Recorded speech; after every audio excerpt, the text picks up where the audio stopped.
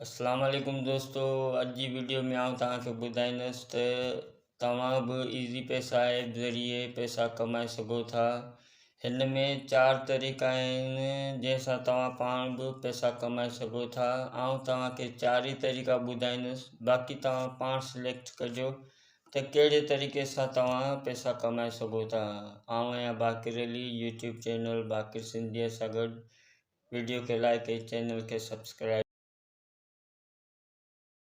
ॻाल्हायूं था त कहिड़े तरीक़े सां ईज़ी पैसा ऐप मां पैसा कमाए सघूं था। मोबाइल खे ओपन कंदासीं, उन में ईज़ी पैसा खे ओपन कंदासीं त सभु या सभु ऑप्शन खुली वेंदा जंहिंमें तव्हां अर्निंग करे सघो था। सभ खां पहिरीं आसान तरीक़ो हीअ आहे त तव्हां माण्हुनि खे इनवाइट कंदा त पैसा मिलंदा। हीअ ॾिसो, हिते लिखियलु आहे invite and earn more with easy पैसा ऐप में चौथे नंबर ते मौजूदु आहे। जॾहिं तव्हां हिन खे क्लिक कंदा त हिन में 0 पैसा आहिनि, पर हिन तरीक़े सां तव्हां महीने अंदरि घटि में घटि 2 लख रुपया कमाए सघो था। ऐं तव्हां ॾिसंदा त मथे बिगिनर लिखियलु आहे, इन खे तव्हां क्लिक कंदा त तव्हां बिगिनर लेवल ते आहियो। ऐं हिन में तव्हां कमु करणु शुरू कंदा त तव्हांजी लेवल वधणु शुरू थी वेंदी। बिगिनर खां पोइ एक्सपर्ट, एक्सपर्ट खां पोइ चैम्पियन। तव्हां बिगिनर ते आहियो, तव्हांखे 20 रुपया मिलंदा जॾहिं तव्हां कंहिंखे इनवाइट कयो था, पोइ उहो कंहिं बंडल या पैकेज करे थो त तव्हांखे उन जा 20 रुपया मिलंदा। हाणे चैम्पियन जी डिटेल ॾेखारियां थो त तव्हांखे को माण्हू तव्हांजी लिंक मां अकाउंट ठाहे थो या रजिस्ट्रेशन कराए थो त तव्हांखे मिलंदा 0 रुपया। अगरि उहो ई माण्हू तव्हांजी ऐप मां ईज़ी लोड कराए थो त तव्हांखे 30 रुपया मिलंदा। अगरि को पैकेज कराए थो त तव्हांखे 30 रुपया मिलंदा। टोटल तव्हांखे 60 रुपया मिलंदा। तव्हां पंहिंजे ॻोठ में अकाउंट ठाहींदा पंहिंजी लिंक सां त तव्हांखे उन में अर्निंग मिलणु शुरू थी वेंदी। पहिरीं इहो तरीक़ो आहे, इन सां बि अर्निंग थी सघे थी, पर हिन में तव्हांखे ॿियनि खे शामिलु करिणो पवंदो। ज़ाहिर आहे जंहिंजो तव्हां अकाउंट ठाहींदा उहो बि इन में शामिलु थींदो, पर हाणे तव्हांखे उहो तरीक़ो ॿुधायां थो जंहिंसां तव्हां कंहिंखे बि शामिलु न कंदा, पर पोइ बि तव्हां उन मां पैसा कमाए सघो था।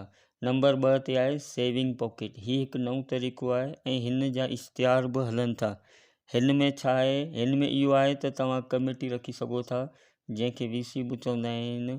कंहिंखे बि चवण जी ज़रूरत कोन्हे। हिन में इहो आहे त तव्हां वटि जेका बि रक़म बचत में आहे उन जी तव्हां कमेटी रखी सघो था।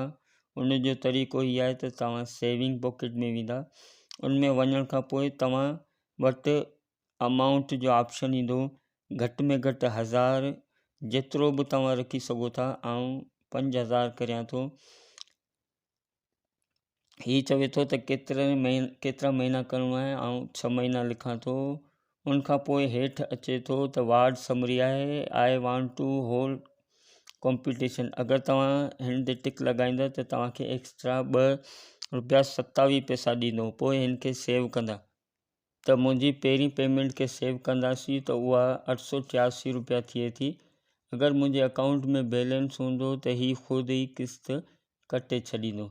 मुंहिंजी रक़म सेविंग पॉकेट में अची वई आहे। हाणे जॾहिं बि 5000 मुकमल थींदा त हीअ उन टाइम उहे पैसा मूंखे वापसि कंदो। उनखां पोइ 3 नंबर जो ऑप्शन आहे इन्वेस्टमेंट जो।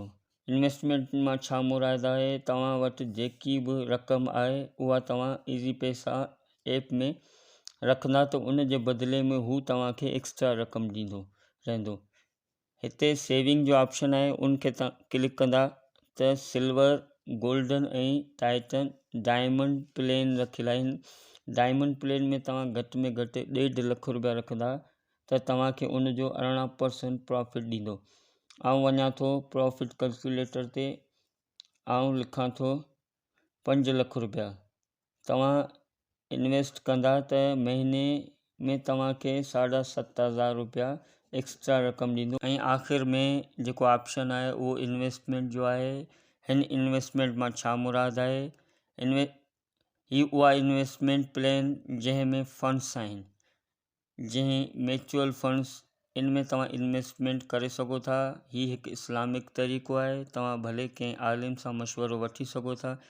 म्यूचुअल फंड छा थींदो आहे, जॾहिं का कंपनी का पाकिस्तानी कंपनी जंहिं पंहिंजा शेयर माण्हुनि लाइ विकिरो करण जे लाइ ॾिना हुजनि ऐं तव्हां उहे शेयर वठी सघो था, उहा कंपनी अगरि उन इन्वेस्टमेंट मां प्रॉफिट में वञे थी त तव्हांखे प्रॉफिट 1% मिलंदो। अगरि उहा कंपनी उन इन्वेस्टमेंट में नुक़सान में वञे थी त तव्हांखे बि उन जो नुक़सान थी सघे थो।